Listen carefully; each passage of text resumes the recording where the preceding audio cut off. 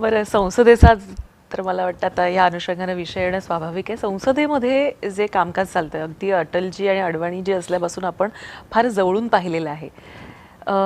त्यावेळेचं वातावरण संसदेचं आणि आत्ताचं ह्या संसदीय संस्कृतीमध्ये जो बदल झालेला आहे त्याकडे कसं पाहता? असं आहे, मी 6 वर्षच फक्त संसदेत होतो, पण राजकारणाचा मी विद्यार्थी आहे, राज्यशास्त्राचा. त्या दृष्टीने मी बघतो तर मला असं वाटतं की संसदेमध्ये विरोधी पक्षांनी जी भूमिका घ्यायला हवी रचनात्मकतेची, त्यापेक्षा वेगळ्या पद्धतीने निराशेने ग्रसित झाल्यामुळे असेल, काही असेल. पण आज कसं झालं आहे, म्हणजे मला त्याही वेळी दुःख व्हायचं ज्यावेळी मी राज्यसभेत होतो त्यावेळी, आणि आजही मला असं वाटतं की अनेक लोकसभा राज्यसभा सदस्यांना ही वेदना मनामध्ये असेल की संसदेचं कामकाज चालावं असं ज्यांना वाटतं त्यांची बहुसंख्या आहे. चालू नये अशा इराद्यांनी जे गोंधळ घालतात ते अल्पसंख्यक आहेत. पण होतं काय, लोकशाहीचा पूर्णपणे अपमान करून एक प्रकारे मुठभर लोक संसदेचं कामकाज बंद पाडतात. हे आमच्या देशातल्या सर्व मतदारांचा उपमर्द करण्याजोगं आहे. त्यांचे प्रश्नच आम्हाला मांडता येत नाहीत अशी स्थिती होते.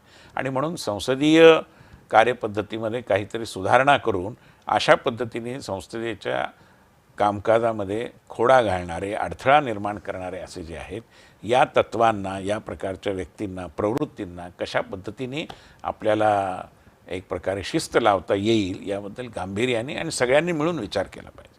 आज देशामध्ये 5-6 राज्यांमध्ये विरोधी पक्षांची सरकार आहेत. तिथेही तर कामकाज चाललंच पाहिजे ना. भारतीय जनता पार्टीची अशी भूमिका कधीही राहिलेली नाही.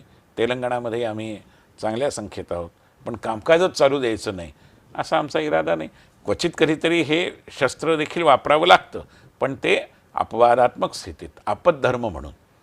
याचा जरी विवेक विरोधी पक्षांनी संसदीय राजकारणात बाळगला तरी मला असं वाटतं की लोकांच्या ज्या अपेक्षा आहेत संसदेकडून त्याची पूर्तता होऊ शकते. सर्वदूर त्या दबदबा आहे. दिल्लीमध्ये आहोत या वास्तवाचा दबदबा सर्व वातावरणात असतो.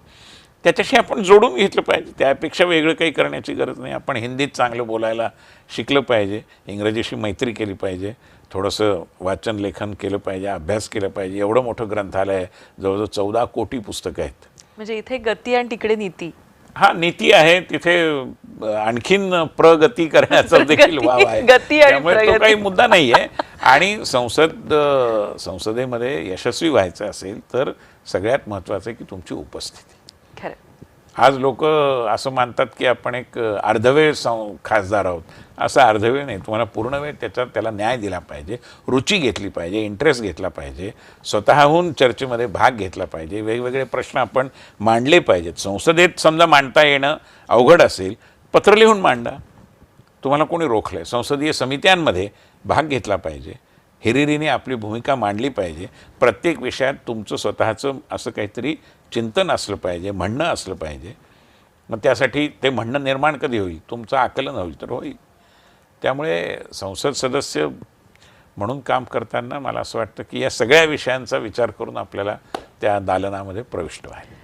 खरं तर आजच राष्ट्रीय स्वयंसेवक संघाला 100 वर्ष पूर्ण होत आहेत.